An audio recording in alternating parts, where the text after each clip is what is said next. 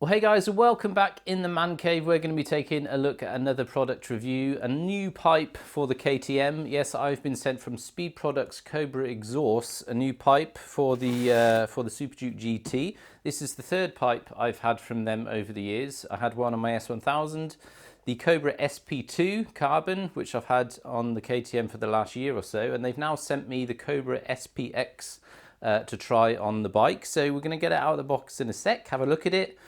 We're going to do a bit of an install vid. I've already taken my old exhaust off. It's not a difficult thing to do, just to speed up the video. We'll get it onto the bike, we'll go out for a ride and see if we can make our ears bleed. I should also make it clear while we're doing the unboxing that this is a road legal exhaust. So it comes obviously with the DB killer, as most exhausts do. And it does come with European type approval. So it's got an E-stamp number on the box. Very important for Germany because they make you pregnant here if you don't have an illegal exhaust on your bike. So what have we got in the box? The mounting gubbins. Wow, that's small. Is that it? This is small. This is a 250mm exhaust pipe. Wow, that is small. And it is pretty light and all. This is going to be even lighter than my one with a carbon sleeve on it. Wow, that is cool. So this is the Cobra SPX with a titanium sleeve over the top. Now with these you can pretty much make them how you want. You can have them painted black, you can have them powder coated black, you can have brushed metal, titanium sleeves, carbon sleeves, which I can actually show you on my older one. This is the Cobra SP2 that I had on the bike just now, and this has a carbon sleeve over the top. So the exhausts are just stainless steel, and then you have a sleeve put over the top, whatever you want it. As I said, carbon, titanium, painted black, powder coated, brushed metal. So the price is kind of from and to. I think that standard pipe, this pipe here, starts at €399, and then obviously goes upwards, depends on how you want to customize it and make it your own. Again, with the same with the logos, you can have a heat protected sticker. On this one, it's actually been laser etched the logo into the exhaust.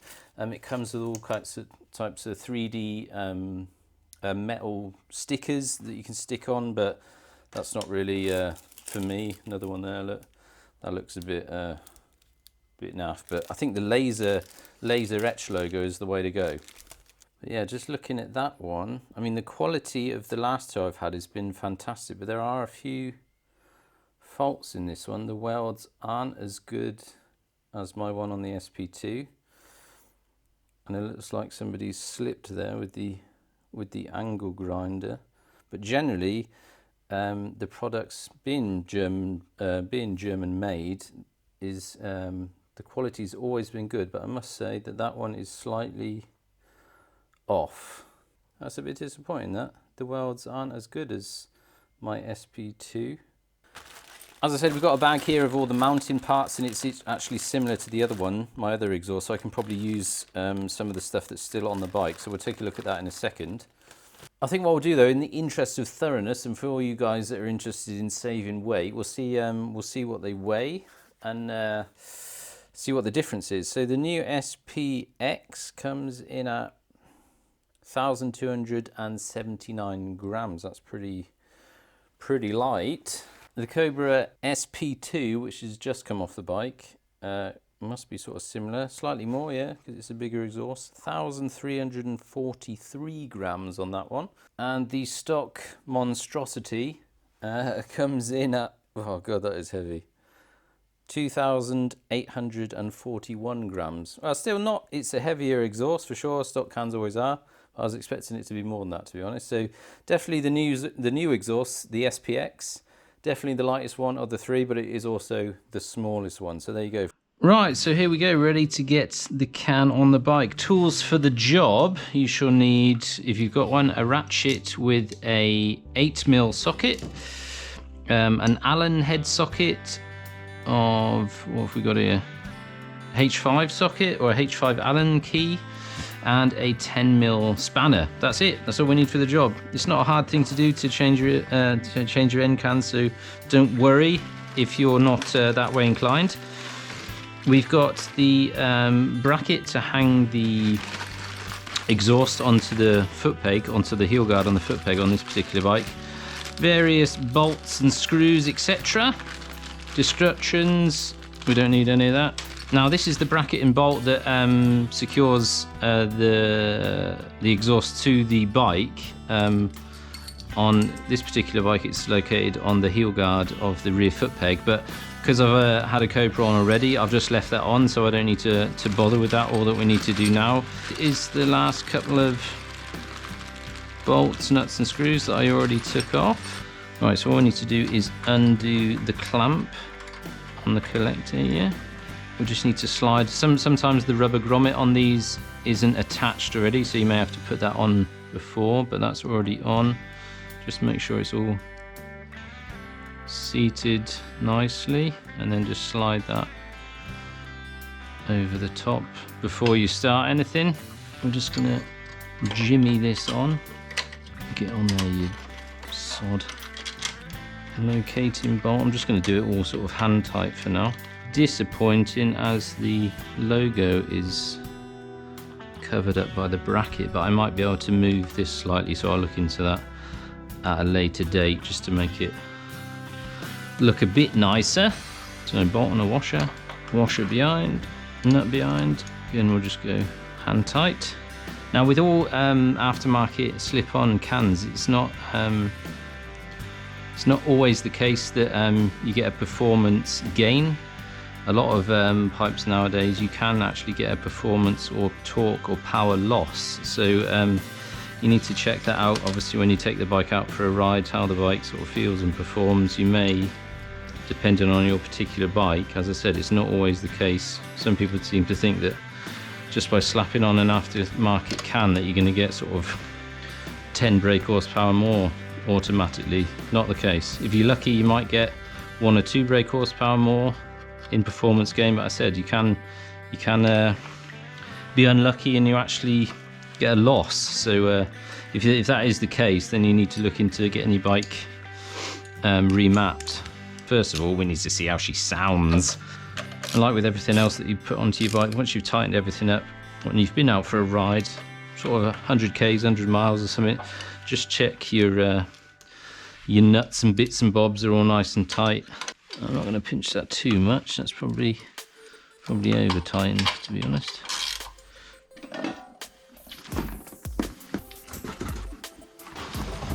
Now it's really important before we fire up the bike that you clean your exhausts off. If you get any grease marks, fingerprints or any dirt and grime on it, these fingerprints will burn into the material once the bike's up to temperature. So you need to make sure you give it all a clean, especially if you're doing stuff like changing your headers. You need to make sure it's all nice and clean before you put any heat through it. As I said, otherwise these finger marks, dirt marks, grease marks will all get burnt into the surface of the can or your pipes, and that's that done. Then you'll never get that out. Now it is normal for titanium parts to change colour over time once they've had a lot of heat through them, but that is perfectly normal, just to make sure you get all the nasty greasy finger marks off, because that would look naff.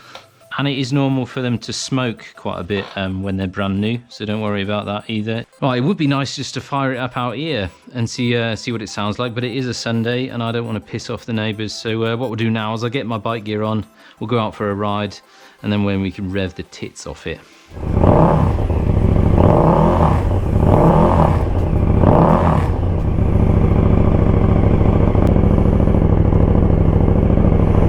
Whoa. Well, blimey, immediately I noticed it's slightly louder than the SP2, slightly deeper growl to it. But what I shall do now is I should just shut up for a couple of minutes and let you enjoy the growls and the moans from the Cobra SPX.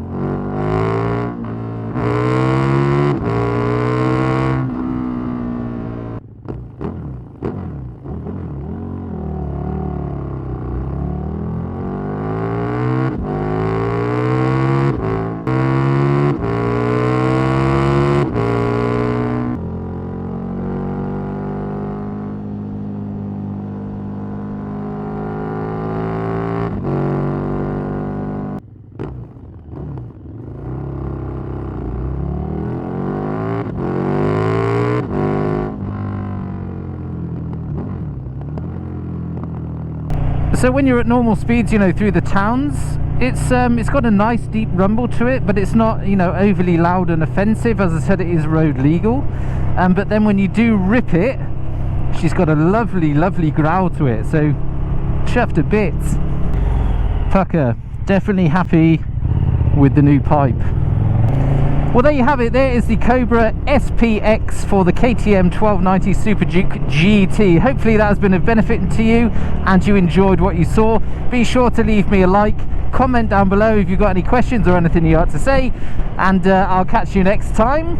Once again, thank you to everybody over on the Patreon page for your continued support in my quest to improve the quality of my videos, the frequency of my videos.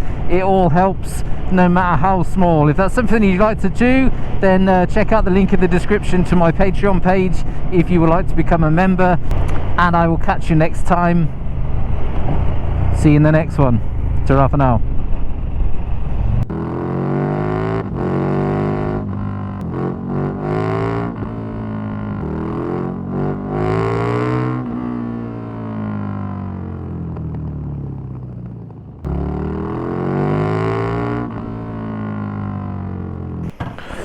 Bish bash bosh.